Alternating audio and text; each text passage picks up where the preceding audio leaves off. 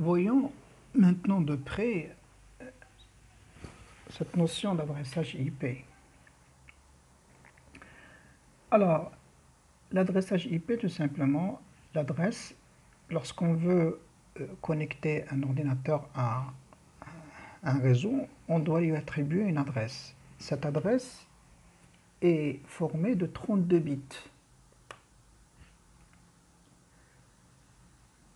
Qui dit 32 bits, ça veut dire 4 octets. C'est l'adressage qui a été fait sous la norme IPv4. Alors, je fais un peu d'histoire.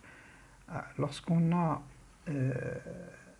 instauré les réseaux, donc il a été impératif de penser aux adresses. Donc les gens se sont mis une norme.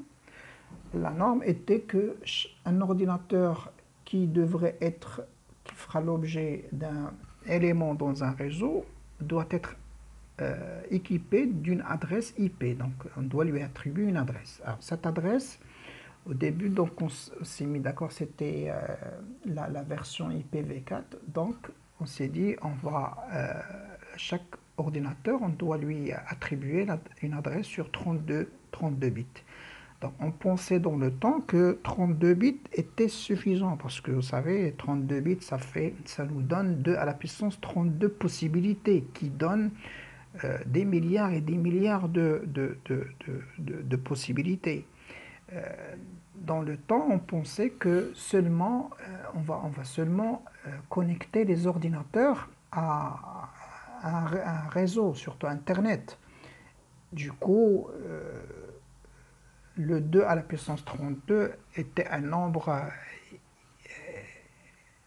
que l'on peut jamais, auquel on ne peut jamais arriver, on ne peut pas accéder.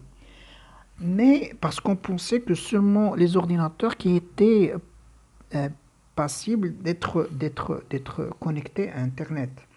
Alors comme vous le savez maintenant, on n'a pas que les ordinateurs, on a les ordinateurs, les téléphones, tous les appareils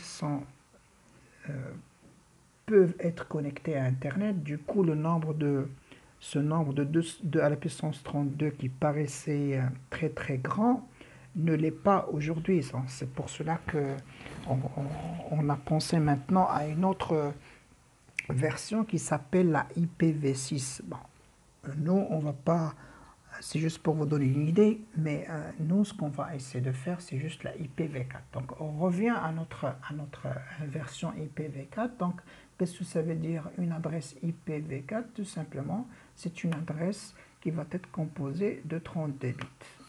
D'accord? Alors, l'adresse d'un ordinateur doit être composée de 2 parties, nécessairement. Donc, une partie qui désignera le réseau auquel l'ordinateur appartient et une partie machine qui va être propre à la machine elle-même. Exemple des adresses IP, par exemple, dans un réseau local, je peux avoir 192, 168, 126, 122. Alors, vous m'avez dit tout à l'heure, on a parlé de 32 bits et maintenant je vous donne des nombres entiers. Alors, en fait, ces nombres entiers ne sont que tout simplement la conversion du binaire vers le décimal des paquets de 8 octets chacun. Donc 192, c'est l'équivalent en décimal des 8 premiers bits à gauche, et ainsi de suite. Prenons un autre exemple pour mieux comprendre. Nous avons une autre adresse IP 157.240.20 et 35. C'est l'adresse IP de Facebook. 157, c'est quoi? C'est l'équivalent décimal des 8 premiers bits ici. 240, c'est l'équivalent des 8 bits suivants, et ainsi de suite.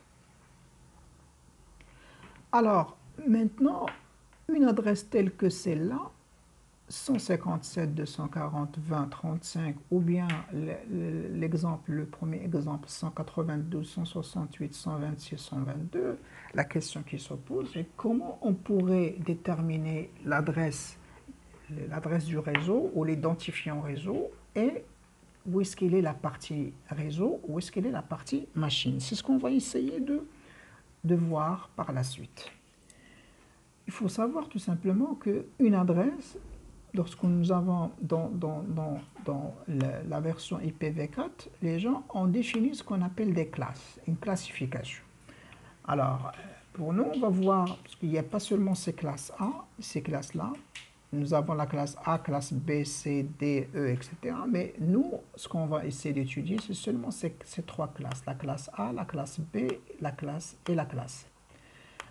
Alors, comment on a différencié ces classes? Premièrement, par les bits. Donc, dans la classe A, obligatoirement, le premier bit doit être égal à 0. Dans la classe B, le premier bit c'est 1 et le deuxième bit c'est 0. La classe C, c'est le premier et le deuxième bit à 1 et le troisième bit à 0. Ok. Autre chose, c'est comme on a dit que dans une adresse devra être on doit séparer la partie réseau et la partie machine. Bon, c'est pour cela que nous avons défini les classes. Alors, pour la classe A, on dit que les 8 premiers bits, c'est la partie réseau. Les 24 bits qui restent, c'est la partie machine. Pour la classe B, les 16 premiers bits, c'est la partie réseau, et les 16 derniers bits, c'est la partie machine. Pour la classe C, les 24 premiers bits, c'est la partie réseau, et les 8 bits qui restent, c'est la partie machine. Alors maintenant, vous allez me dire, qu'est-ce que c'est, comment on va savoir la partie machine, la partie réseau, etc. Ne vous en faites pas, on va voir ça petit à petit. On commencera tout d'abord par définir quelles sont les adresses minimales et maximales pour chaque type de classe. Alors,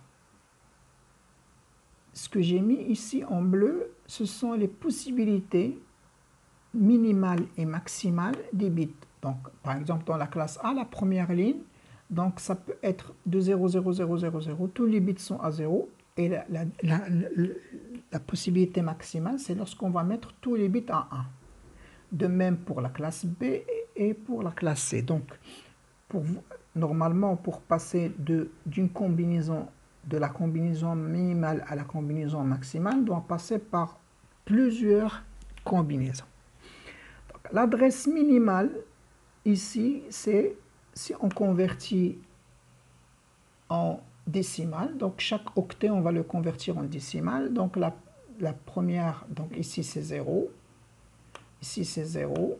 Le deuxième octet, c'est 0. Troisième, c'est 0. Et le quatrième, c'est 0. Donc, ça, c'est la première adresse. C'est l'adresse minimale. L'adresse maximale, c'est quand tous les bits sont à 1. Donc, ça nous fait 127, 255, 255, 255. Alors, dans la classe A, quels sont le nombre de bits qui peuvent être variables? Combien nous avons? Ici, nous avions 8 bits, oui, mais le premier bit était figé à 0. C'est seulement les 7 bits qui restent qui vont pouvoir changer. Donc, le nombre de bits qui peuvent changer, nous avons juste 7 bits. Donc, c'est pour cela qu'on va dire, nous avons 2 à la puissance 7 possibilités de réseau. Pour les bits réservés à la partie machine, nous avons 24 bits. Donc, je peux avoir 2 à la puissance 24 machines. On va prendre un exemple plus clair. Supposons qu'on veut créer un réseau avec la classe A. Donc, les adresses possibles vont de 0000 jusqu'à 127, 255, 255, 255. C'est clair. Maintenant, je peux, par exemple, je peux avoir une adresse 127.1.1.1,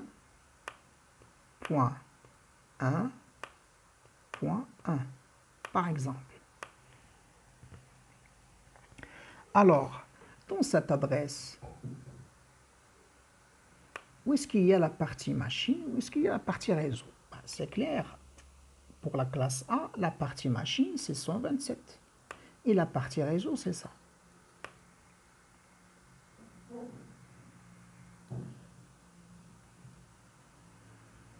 Donc, pour la classe A, qu'est-ce que nous avons? Nous avons qui est le plus grand? Donc, le plus grand, c'est le nombre de machines. Donc, la classe A, on l'utilise lorsque l'on a des réseaux où on peut mettre beaucoup de machines. Vous avez la possibilité d'avoir même 2 à la puissance 24. Beaucoup de machines. Pour la classe B, nous avons 16 bits pour la partie réseau et 16 bits pour la partie machine.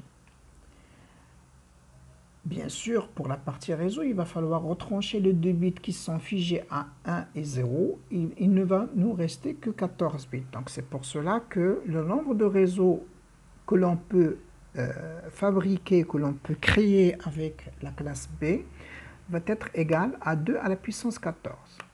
Par contre, le nombre de machines qu'on peut mettre dans chaque réseau, c'est 2 à la puissance 16.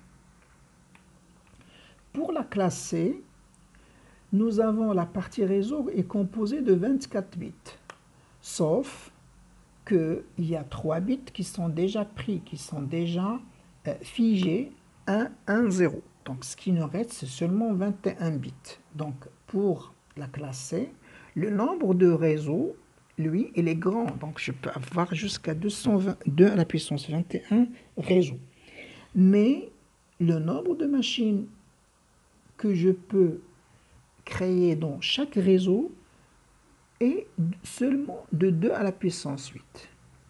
Alors, comme le nombre de machines ici, c'est le plus petit par rapport aux autres, hein, pour la classe C, donc il est clair que lorsqu'on veut créer un réseau local, il va falloir opter pour la classe C, parce que généralement dans une salle, dans une salle du lycée ou de TP, ou dans la faculté, par exemple, des salles de TP, on va utiliser seulement le nombre, on ne va pas avoir dans une salle des milliers d'ordinateurs, donc 2 à la puissance 8 qui va donner par exemple 255 machines est largement grand. Donc ce qui fait que pour les réseaux locaux, on va opter pour la classe C.